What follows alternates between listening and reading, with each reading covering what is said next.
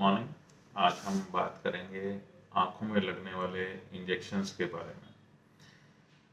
काफ़ी तरह की भ्रांतियाँ या मैं यूँ कहूँ कि जानकारी का अभाव है मरीजों के बीच कि जो आँखों में इंजेक्शंस लगते हैं वो किस तरह से काम करते हैं, उनकी क्या उपयोगिता है, वो कितने फ्रीक्वेंटली या कितने कितने दिनों के बाद लगवाने चाहिए या उनका क्या असर हमारे शरीर पर, हमारी आँखों पर होता है।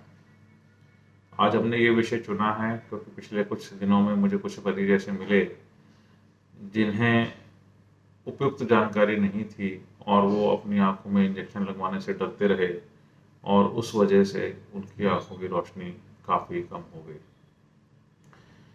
आंखों में लगने वाले इंजेक्शंस को हम मोटे तरह से दो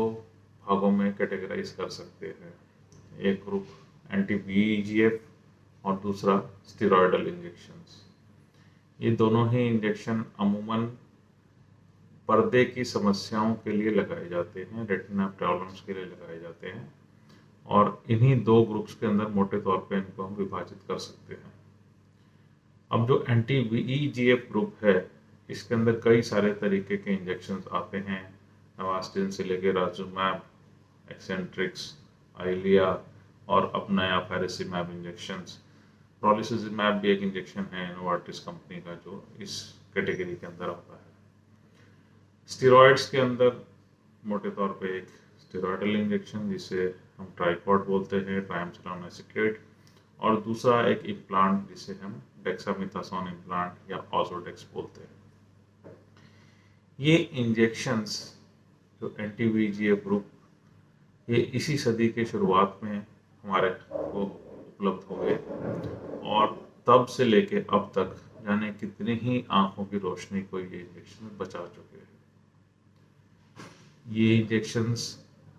कई सारी बीमारियों में काम आते हैं, जैसे मधुमेह, डायबिटीज़ की वजह से पर्दों में सूजन आना, डायबिटीज़ की वजह से ब्लीडिंग को कंट्रोल करना, हमारी जो रक्त की धमनियाँ हैं उनमें रिसाव हो जाता है या उनकी ब्लॉकेज के वजह से जो सूजन पर्दे में आती है उसको ठीक करना,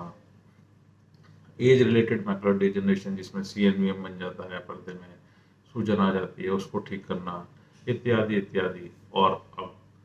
काफ़ी सालों से हम इसको नवजात शिशु जो बच्चे समय से पहले पैदा हो जाते हैं और जिनकी धमनियाँ, इनकी खून की नलियाँ पूरी तरह से नहीं बन पाती, उनको भी कंट्रोल करने के लिए इन इंजेक्शन का उपयोग होता है। ये इंजेक्शन अमूमन 4 हफ्ते के गैप पे लगाए जाते हैं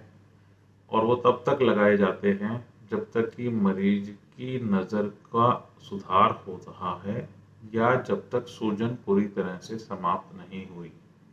इसको डॉक्टर अपने अपने तरीके से इसको उपयोग करते हैं, बट जहाँ पे भी ये रिकमेंडेड हैं, जैसे मैंने बताया डायबिटीज़ के पेशेंट में जहाँ सूजन आ जाती है, जहाँ खून की नलियों में रुकावट की वजह से सूजन आ जाती है, नवजात शिशुओं की आंखों के अंदर, CNVM के अंदर और भी कुछ ऐसी बीमारियां हैं जिनके अंदर इसका बहुत अच्छा उपयोग है, वहाँ पे इसे सही समय पर, सही इंटरवल के अंदर और जब तक ज़रूरत है तब तक अपने डॉक्टर की सलाह पर अगर हम लगवाते हैं तो अमूमन इनके बहुत अच्छे नतीजे आते हैं। तो आप इन भ्रामक जानकारियों के पीछे या किसी एक या दो मरीज को उससे फ़ायदा नहीं हुआ क्योंकि उसने समय पे नहीं लगवाया या उतने समय तक नहीं लगवाया जितने डॉक्टरों ने उनको एडवाइस किया था, उनकी बातों पर ना जाकर अगर आपकी आंखों में इनकी ज़रूरत है तो अपने डॉक्टर की सलाह को मानकर इसको सही समय पर, सही इंटरवल पर और सही समय तक लगवाकर अपनी आंखों की रोशनी को बचा सकते हैं। मैं उम्मीद करूंगा कि हमारा ये वीडियो सुनकर, इस जानकारी को प्राप्त कर कर आपको थोड़ी सी जानकारी इस इंजेक्शन्स के बारे में बेहतर हुई होगी, क्योंकि ये इंजेक्शन हमारे रिसाव को कम करते हैं और हमारी रोशनी को बचाते हैं।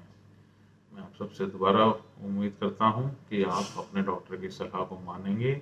और भ्रामक प्रचार या भ्रामक जानकारियों या जानकारी के अभाव में इनसे वंचित नहीं रहेंगे। धन्यवाद।